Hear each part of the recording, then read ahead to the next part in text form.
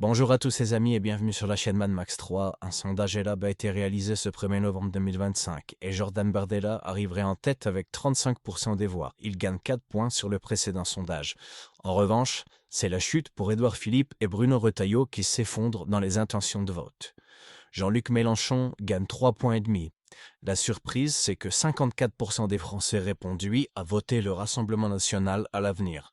Je vous laisse avec la vidéo, bon visionnage. Présidentielle, Jordan Bardella ou Marine Le Pen caracoleraient en tête des intentions de vote entre 34 et 37,5% des voix. Si on ajoute leurs alliés potentiels, que ce soit Sarah Knafo, Éric Zemmour ou Nicolas Dupont-Aignan, on est à 45% des voix pour l'extrême droite. Est-ce que la victoire de Marine Le Pen ou de Jordan Bardella est aujourd'hui inéluctable ? Nous sommes habitués à ces bulles politiques qui crèvent à l'approche des élections présidentielles, mais il faut prendre ce sondage au sérieux. C'est un avertissement. Comment en serait-il autrement ? Quand on voit le spectacle affligeant de la classe politique, l'instabilité gouvernementale, un débat budgétaire qui ressemble à une bataille de scalp, les Français sont affligés. Et donc, ils vont vers le parti qui leur paraît aujourd'hui, et une majorité de Français le considèrent comme tel, comme le parti de la stabilité. Est-ce que c'est le cas ? Est-ce qu'aujourd'hui, le RN est devenu le parti de la stabilité ? Il faut être capable de gratter un peu. Quand on regarde, par exemple, le contre-budget fait par le RN, 100 milliards d'euros sur 5 ans, qu'est-ce qu'on voit ? Des expédients, des formules magiques, on élimine les crédits de l'immigration, de l'écologie, de l'Europe, et avec tout ça, on laisse penser aux Français que les problèmes seront réglés et que tout ira bien. C'est évidemment beaucoup plus compliqué que cela. Il y a eu, un autre sondage cette semaine, Dominique de Villepin, publié cette fois par l'Institut Via Voice pour Libération, qui dit... c'est pas des intentions de vote, c'est est-ce que vous pourriez, un jour, aux prochaines élections, voter pour le RN ? 54% des Français, donc une majorité, désormais, dit oui, je pourrais glisser un bulletin pour le RN. Est-ce que vous, un jour, vous pourriez le faire ? Non.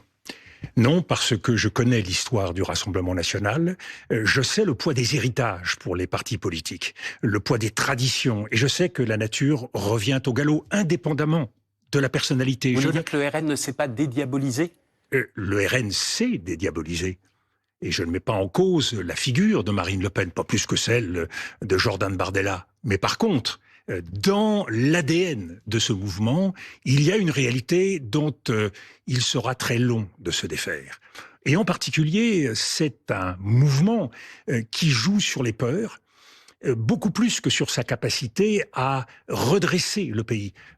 Il laisse miroiter le grand remplacement, comme d'autres partis d'extrême droite. Mais ce que je crains surtout... C'est plutôt Éric Zemmour que Marine Le Pen, le grand Mais c'est vrai aussi, oui. Quand on voit la stigmatisation qui est faite d'un certain nombre de catégories, des immigrés et d'autres. C'est surtout aujourd'hui le risque du grand renoncement qui nous guette. Je parlais de démission de la classe politique. Le véritable risque, c'est quoi ?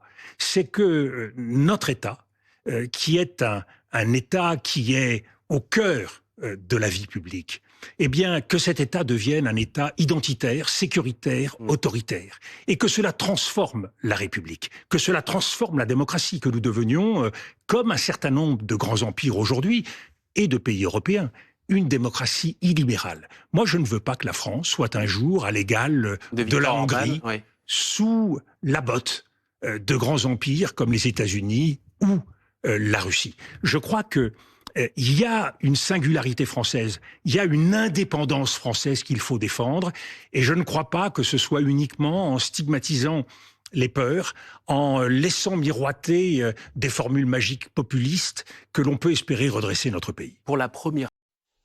Les amis, la vidéo est terminée, j'espère qu'elle vous aura plu. N'oubliez pas de vous abonner et de liker un maximum. On se retrouve très vite pour une prochaine vidéo. Merci, salut!